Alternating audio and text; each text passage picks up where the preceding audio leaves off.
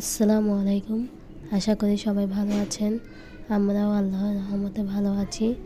আজকে আমি রান্না করে দেখাবো পটল পসিন্দা, যেটা গরম ভাত বা রুটির সাথে খেতে খুবই ভালো লাগে।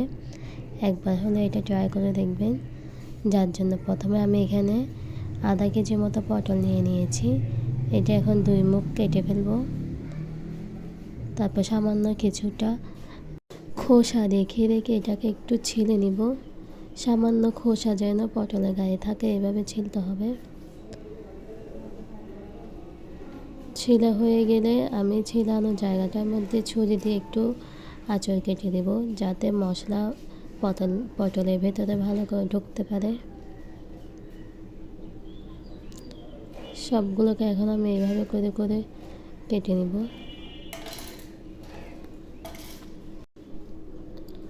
সবগুলো পটল এভাবে কেটে নেওয়া হয়ে গেলে এখন আমি পটলগুলোর মধ্যে স্বাদ মতো লবণ ও হলুদ দিয়ে পটলগুলোকে ভালো করে মেখে নেব।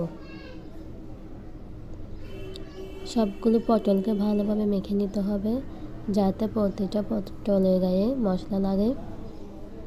আশা করি আমার আজকের এই রেসিপিটা আপনাদের খুব ভালো লাগবে।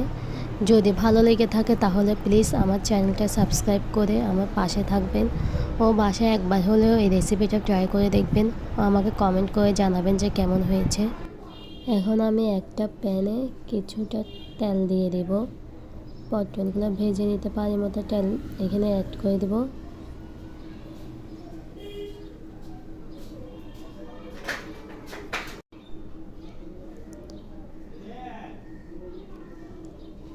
তেলগুলো গরম হয়ে গেলে এখন আমি একটা একটা করে সবগুলো পটল তেলের মধ্যে দিয়ে ভালো করে ভেজে নেব।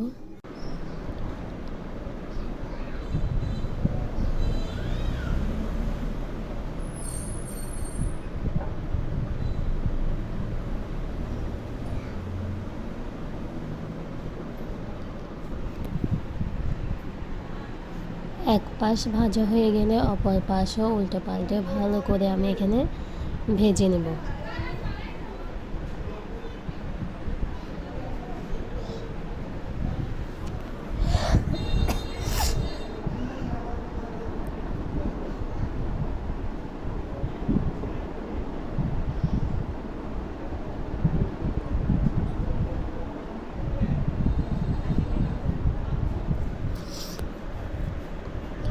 ভাজা হয়ে গেলে পটলগুলোকে নামিয়ে নিয়ে একই তেলে আমি কিছুটা দারচিনি, 2-3টা লবঙ্গ ও 3টা এলাচ দিয়ে একটা ফোড়ন দিয়ে নেব।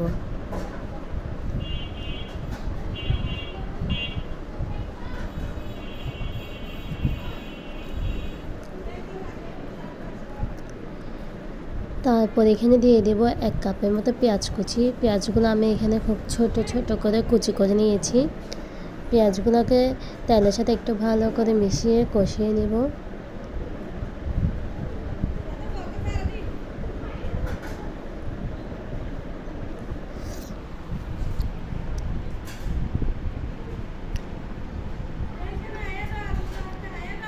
পেঁয়াজগুলো কষানো হয়ে গেলে এখন আমি তার মধ্যে দিয়ে দেব 1 কাপের মতো টমেটো পেস্ট।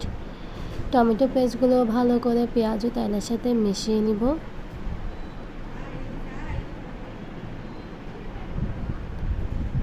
টমেটোগুলোতে কাঁচা গন্ধ চলে গেলে এখন আমি এখানে কিছু গুঁড়া মশলা অ্যাড করব।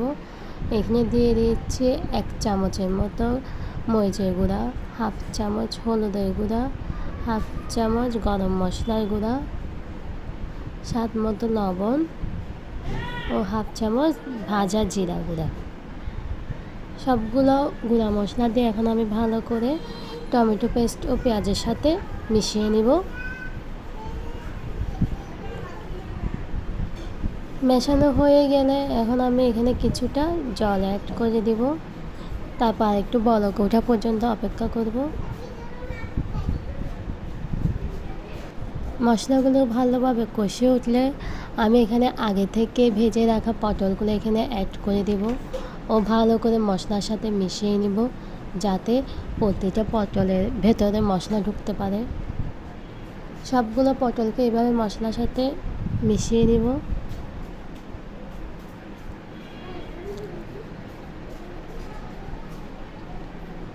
তারপর কিছুক্ষণ অপেক্ষা করব যাতে পটলগুলো একটু সিদ্ধ হয়ে আসে।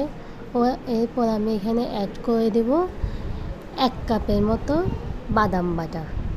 আমি এখানে চীনা বাদাম ব্যবহার করছি, আপনারা যে কোনো বাদাম ব্যবহার করতে পারেন। বাদামগুলো আমি দুধ দিয়ে বেটে নিয়েছি। বাদাম বাটা দিয়ে দেওয়ার পর সবগুলো উপকরণকে আবার ভালো করে মিশিয়ে নেব। এরপর অপেক্ষা করব পটলগুলো সিদ্ধ হয়ে যাওয়া পর্যন্ত। যখন পটল থেকে তেল রিলিজ হয়ে যাবে তখন মনে করতে হবে পটলগুলো ভালো করে সিদ্ধ হয়ে গিয়েছে ও মশলাও ঢুকে গিয়েছে। তারপর আমি পটলগুলোকে নামিয়ে নেব। দেখুন আমার পটল থেকে তেল রিলিজ হয়েছে, তেল ভেসে উঠেছে ও মশলাগুলোর সাথে পটলগুলো ভালোভাবে মিশে গিয়েছে। পটলগুলো একদম সিদ্ধ হয়ে গিয়েছে। এখন আমি এগুলোকে নামিয়ে নেব।